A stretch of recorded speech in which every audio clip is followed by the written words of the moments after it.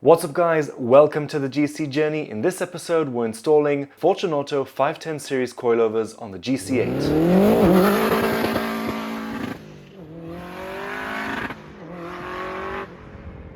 Gotta love that rev limiter. So, we're here today at Special Performance where my friend Lotan, he will be the one doing the work. There's some things that if I'm not sure I know how to do, or I'm pretty sure I don't know how to do, then I would prefer that someone who knows what he's doing does the job. So what we will be doing is removing the old Tane coilovers, we'll fit the new coilovers, we will fine-tune the ride height, and then it's over to corner balance and weight distribution. I'm mostly going to be filming. I don't know if you can hear my voice, but physically I'm feeling like shit.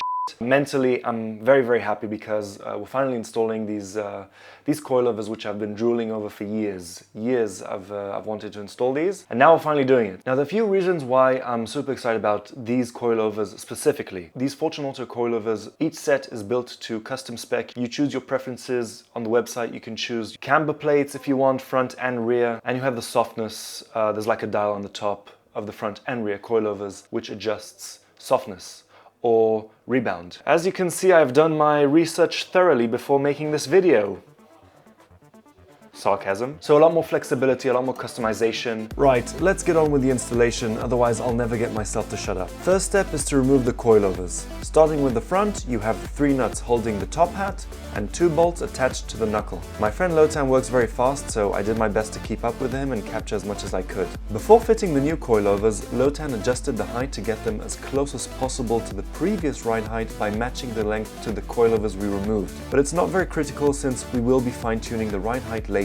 Now for the rear, you need to remove the rear seats and backrest in order to gain access to the coilovers, and Lotan also removed the seat belt to give himself some extra room to work. The rears are held in basically the same with 3 nuts on the top and 2 bolts at the bottom. It would have probably been a good idea to install the rear strut bar while we were in here, but I of course didn't bring it with me today. So after fitting the coilovers, we threw the wheels back on.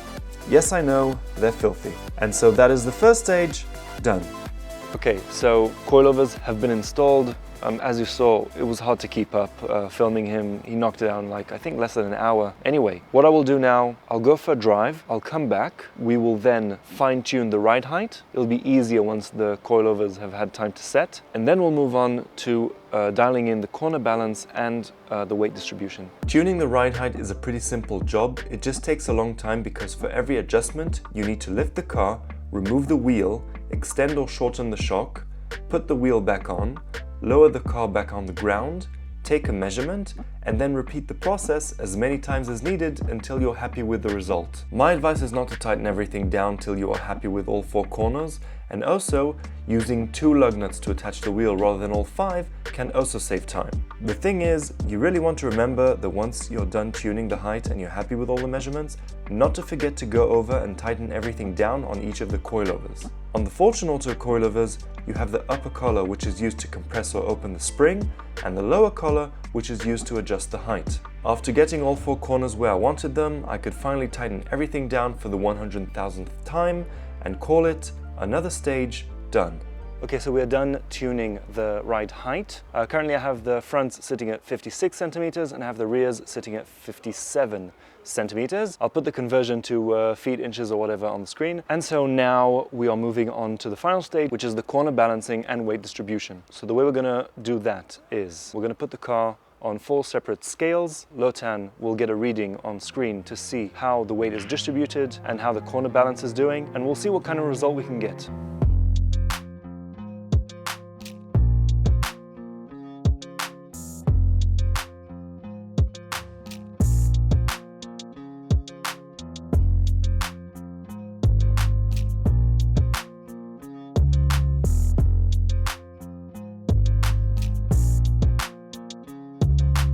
So we put the car on the scales and looked at the numbers, and what we found is approximately about 60% of the weight is in the front, 40% is in the rear.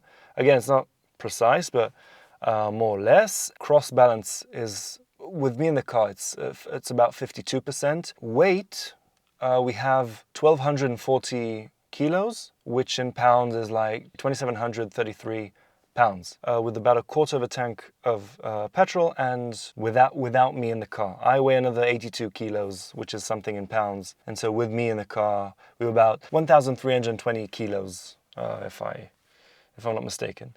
You can do the math. It's not complicated. So that's where we're at the moment. Lotan didn't feel that there was any reason to play around with it too much. There's a bit more weight on the left rear side, but that's because I'm also on the left side, and also the battery is in the rear left.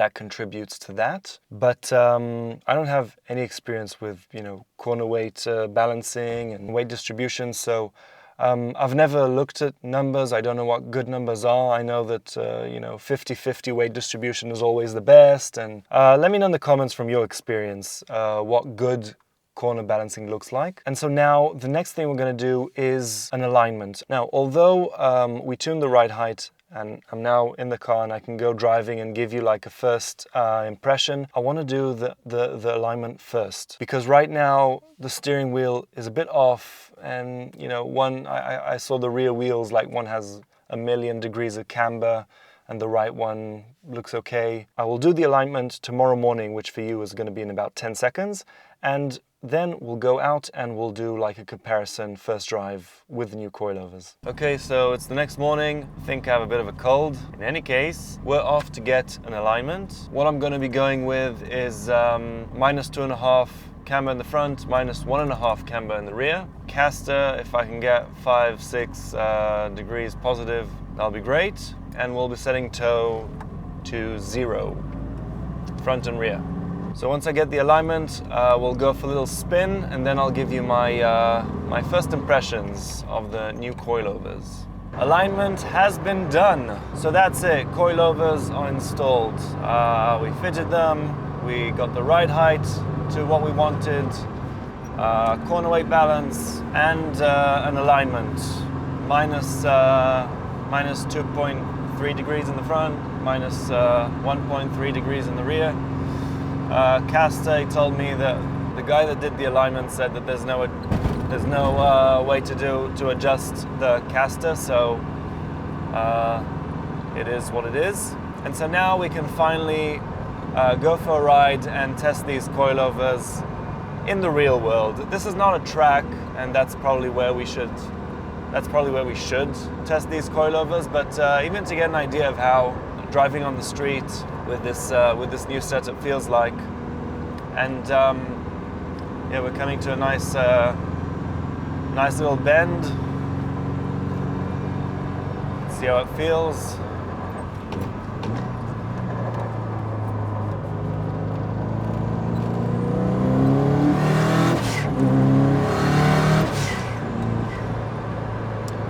That was nice.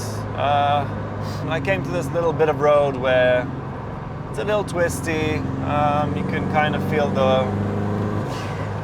kind of get a feel of the weight transfer, how it affects the car.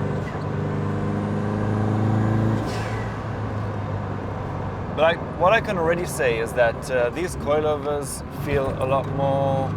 I don't know exactly how to put it into words, but they're working. You can feel that they're working all the time, compared to the previous coilovers, which were a bit stiff. They were a bit hard, not very responsive. These coilovers are very responsive. Like just driving on standard roads, where here sometimes you have some bumps, some changes. Now this is not the Street Series coilovers. This is a 510 series coilovers. They're more track focused and with higher spring rates than usual, so it shouldn't come as a surprise if the car isn't very compliant to drive on the street. Even though this is more of a track setup, like a track day setup, it already feels nicer to drive on the street.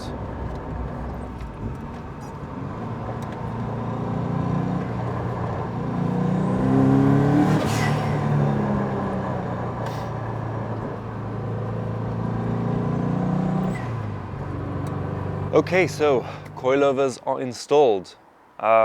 It's a major upgrade, so I'm very happy that I finally did it. Testing them out, feeling them on the street, it's good and all, but I'm looking forward to taking the car to like a track day and really really testing the new coilovers, the new setup, and seeing how they perform. Now for the PRS steering rack, before I go and install it, I want to get a few things like a new U-joint and tie rods and get a few bits and pieces so that when I install it, it'll go on with all the new things together. I also want to do new power steering lines and a bracket for the power steering fluid reservoir. So those are a few things I need to do so I can install the steering rack. I've thought of maybe doing the steering rack with the front tubular subframe, because I just know that I'm going to have to get an alignment again after doing the steering rack and then again after doing the tubular subframe. So I was thinking, why not just do both of them together? So probably next episode I'll be doing the Cusco rear strut bar, and I have a new Turbo Smart blow-off valve that has arrived, which I'll be fitting in place of this teal blow-off valve. I love the teal blow-off valve, sounds really good. But it's extremely close to the intake manifold. The banjo fitting on the top still makes contact with the bonnet. So the Turbo Smart blow-off valve Gen V Racesport 50mm sleeper version. Yes, they have a sleeper version. It's also a V-band flange. It's also a 50mm valve, and it's smaller in overall size. So also diameter and also height. So it should give me a lot more clearance, the clearance that I need, the clearance I'm looking for, and we'll see what it sounds like. But I'm mainly replacing this because of the size. Also, I got in touch with RCM. They said that they can supply the Samco upper radiator hose on its own. I don't have to order the entire kit, since they only stock the complete kits. So ordering the upper hose alone will take like 5 weeks to manufacture, so still going to take a little while till I can fit the new Phoenix radiator in, but at least it's good news that I can get the upper hose on its own. So I'm waiting for that, and I think that's about it. I'm going to go home and drink some tea with lemon. So that's all for this episode. Thank you very much for watching. Until next time, see you in the next one.